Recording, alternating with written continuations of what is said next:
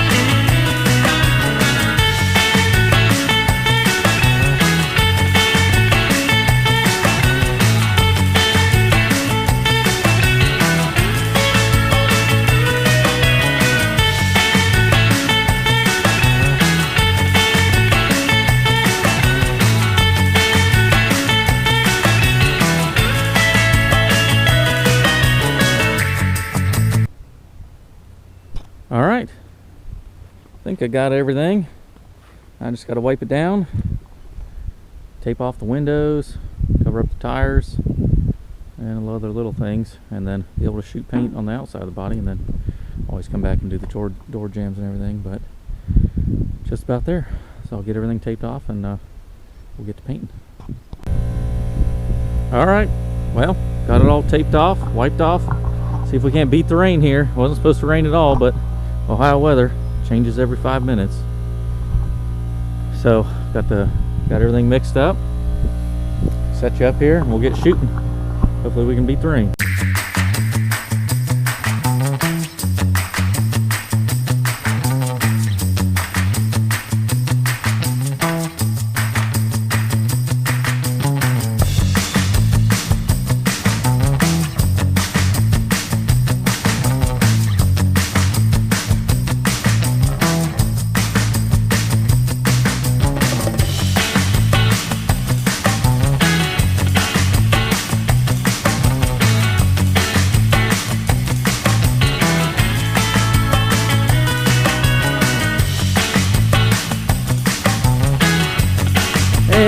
and it's the next day. So, catch up.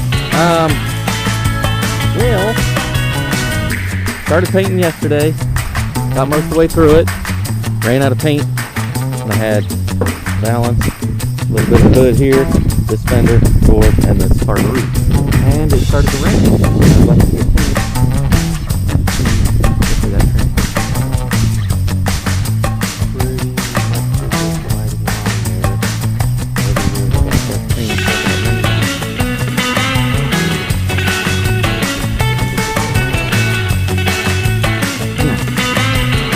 So, we'll do that real quick, and we'll be done. So, remaster cars and get back.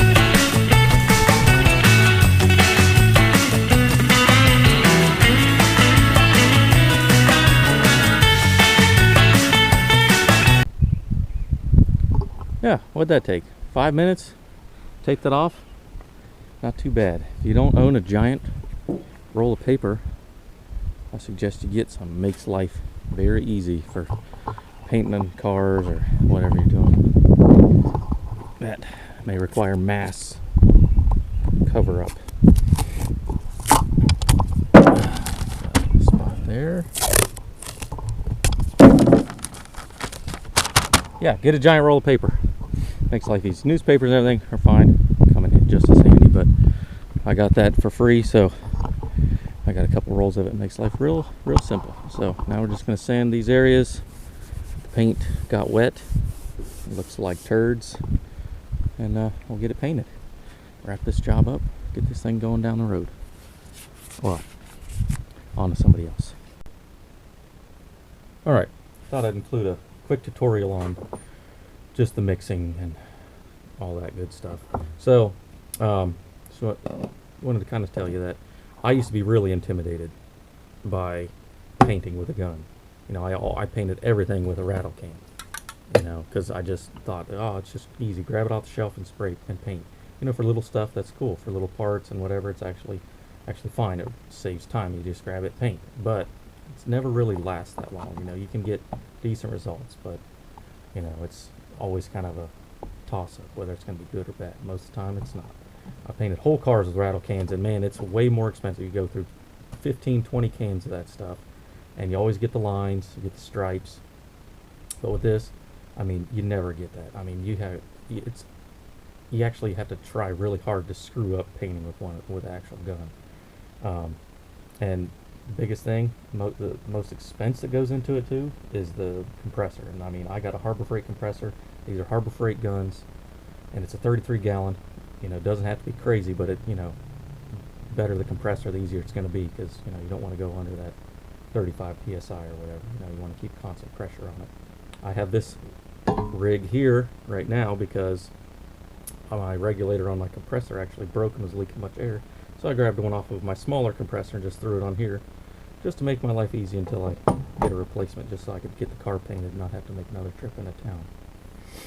Anyway, so like I said, you make these investments. This was under $100. I don't know how much the compressor was. They were both actually given to me by my dad. They were my brothers. He passed away, and we were going to paint cars and stuff like that. Never got to it. And they kind of sat in his garage until I decided I wanted to actually give it a shot. So anyway, but you can paint a whole car under $100. I use Rust-Oleum Farm and Implement type paint. Most of the time, I really like Rust-Oleum products. That's just kind of what I use. Farm and Implement, good stuff. This 1 quart will do a whole car for one good coat. If you wanted to do more, if you were actually painting it after the primer and everything, you'd need a little bit more. So, but either way, you're still going to be under $100. This was $16 at Tractor Supply. This was maybe $8, so $5 to $10 or so, depending on where you get it for hardener. And then reducer thins it out, so it's easier to spray out of the gun. And like I said, I mean, I can just show you here how easy it really is. Already shook it up a little bit. Take it.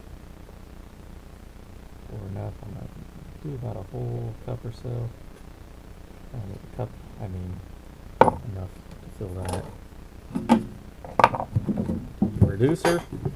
No measurements really. I just do about 3 parts paint, 1 part this or so. This cap has been giving me a lot of grief.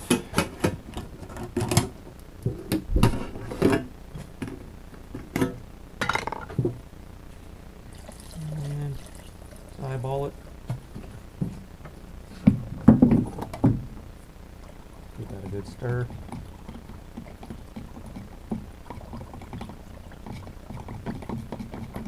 Like I said, it's really hard to actually mess up with this. I mean, you just pretty much reduce the hell out of it without just making it water. Really going for the right.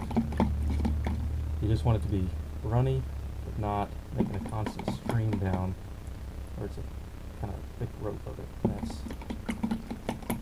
probably, yeah, that's more than good right there. And then a little bit of hardener just speeds up the process, which I actually don't think I'll need any of this today, being that we're painting in direct sunlight. I may not even use this actually, but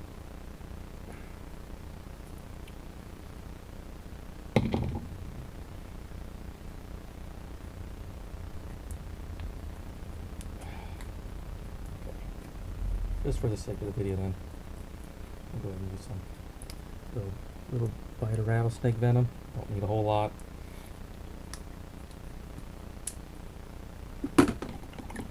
Give that a good stir, mix it all together. Don't want to get junk in your paint gun. Get you some of these filters. All this stuff is from Harbor Freight other than the paint. Filters, you get a whole box of them for nothing. Like 100 or something like that. Ooh, look at that. Perfect amount. It's filled to the brim. And the cap, wherever that ended up, there it is. Definitely keep it a little cleaner than I do. My workshop is a disaster right now, but anyway, that's it. Water separator so you don't get water in the paint. Regulator, I got it set to 35 psi. I think that's what it calls for. Set a good compressor, and that's really it. I mean, and then you just kind of spray it.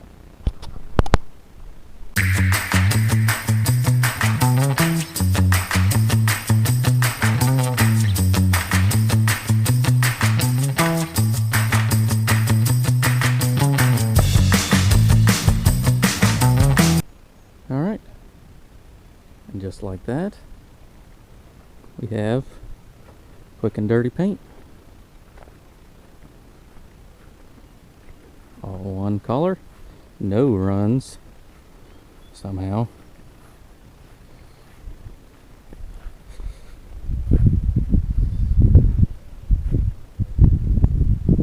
Hell of a lot better than it was.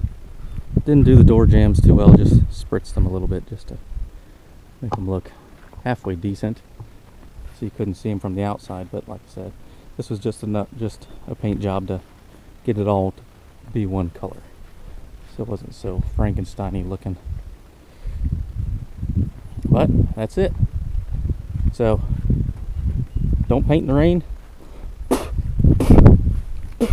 and get you some paint guns and an air compressor.